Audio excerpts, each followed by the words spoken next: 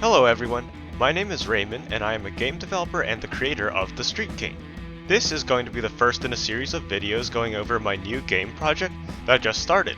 A wacky, over-the-top endless racer that I've tentatively decided to call Left Turn Legend. Now, before we get started, please keep in mind that this game is still in its early stages of development. I've been working on it for a few weeks now, but I think that it might take several months before it's ready for release. Most of the features I have planned for it don't exist yet, and a lot of things are just placeholders that will change later on. With that being said, let's get started with the gameplay.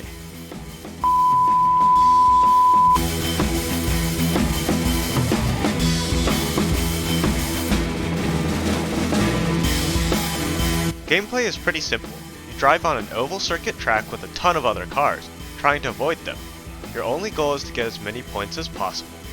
Now, there is a bit of a twist to how the driving works that I won't reveal in this video. Leave a comment below to see if you can guess what that twist is. Right now, the only obstacles are other race cars, but I have already planned out a lot more that will be added in the future to give the game more variety. There's also power-ups that will help you. At the moment, the only power-up that works is the repair power-up, which restores some of your car's health.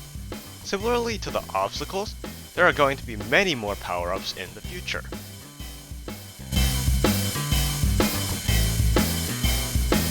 As you can tell, I went for a low poly minimalist art style.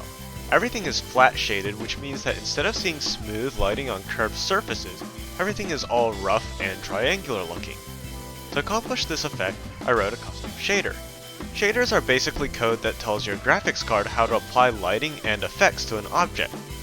As an example, take a look at these shaders from the Street King. The car shader has to be shiny and reflective, while the road shader has to be a lot duller and rougher. If we switch the shaders around, everything looks wrong.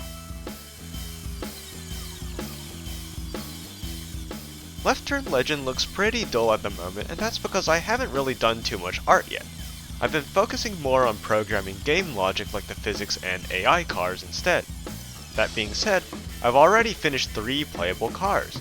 Right now there's no customization and the cars are just random colors, but of course I have a lot more planned for the future.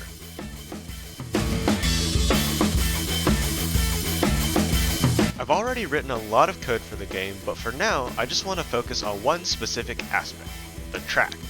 I think the code I've written to handle the AI and other track interactions is pretty unique, so I wanted to show a bit of how it works. Looking at the track, it's a pretty standard oval, but it's not just any random oval, it's specifically an ellipse. What this means is that instead of manually placing checkpoints for the racers to drive through, I can actually use the mathematical equations for an ellipse here. Now, I'll try to keep the math as simple as possible, but it might be a little hard to understand if you haven't taken a trigonometry class yet. I've linked a couple of resources you could use to learn this in the video description. Getting back to the game, let's start with something simple, a circle. If we want to draw a circle on a coordinate plane, one way of doing this is with these two equations. X equals cosine of theta, and y equals sine of theta. As we take theta and make it go up from 0 all the way to 360 degrees, we see that it traces out the path of a circle. Also, you'll notice that theta happens to be this angle right here, so we can use it as a way of keeping track of how far we are along the circle. Now, let's stretch the circle. If we take our equations and change them to be x equals 2 times the cosine of theta, and leave y equals sine of theta, we end up with an ellipse. This is perfect for our racetrack. All we have to do is stretch and squash our ellipse until it's the right size. To get the racers to drive around, we just need to change this angle theta.